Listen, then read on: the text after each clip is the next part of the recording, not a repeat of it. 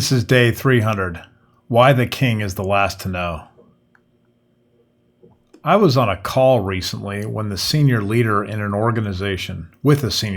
organization.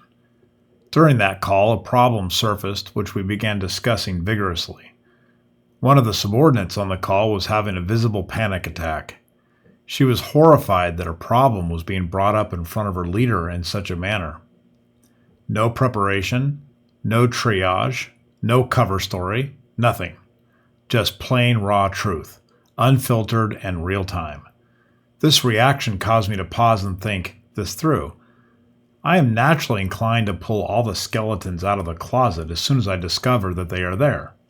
I want everyone to know as fast as possible so that a solution may be derived quickly. However, her reaction was much different than mine, and that is when I realized that the leader is always the last to know.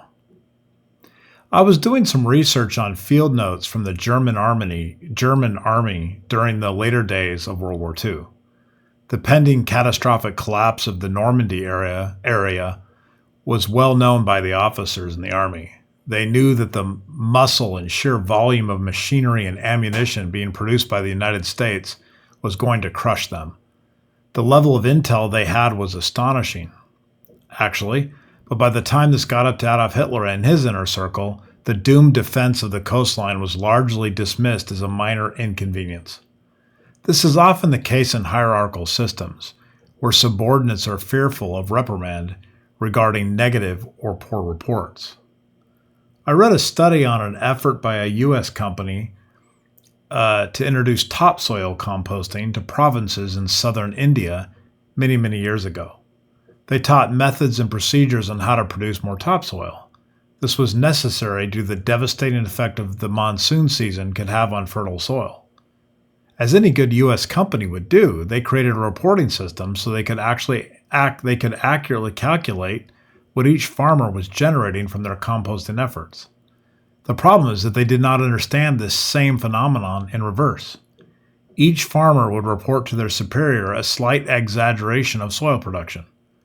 Due to the number of mid-level reports, by the time this reached the top reporting structure in the Indian government, there was enough compost to cover the entire planet, much less southern India.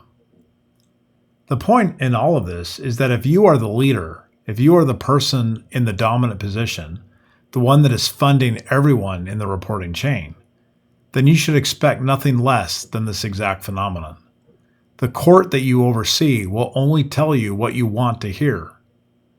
You could be the biggest clown that everyone laughs at when you leave the room. But when you are there, everyone will treat every ridiculous thing you do and say with grand gestures and seriousness. As long as you continue to pay the bills, of course. So you may not know this. You could be the laughing stock of your own company, and you would be slow to find out. All you see is nodding heads and polite smiles. That is on a personal basis. What is worse is that the direction you are heading could be completely wrong and ultimately going to lead to the death of the organization.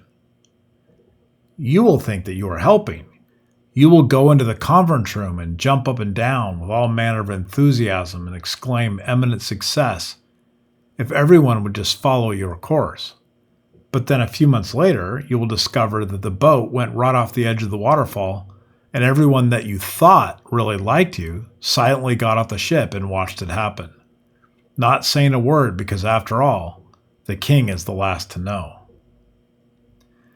This phenomenon has repeated constantly throughout history and in many corporations. Failure is often seen well in advance by everyone except for those who really need to know. This is something to keep in mind as you raise your voice, flap your arms, and boast of how awesome everything is. You could very well be saying something that you believe to be an absolute possibility when everyone around you knows the real truth. Your demise is a foregone conclusion. I have seen many leaders that pride themselves on being good with people that find out the truth later on.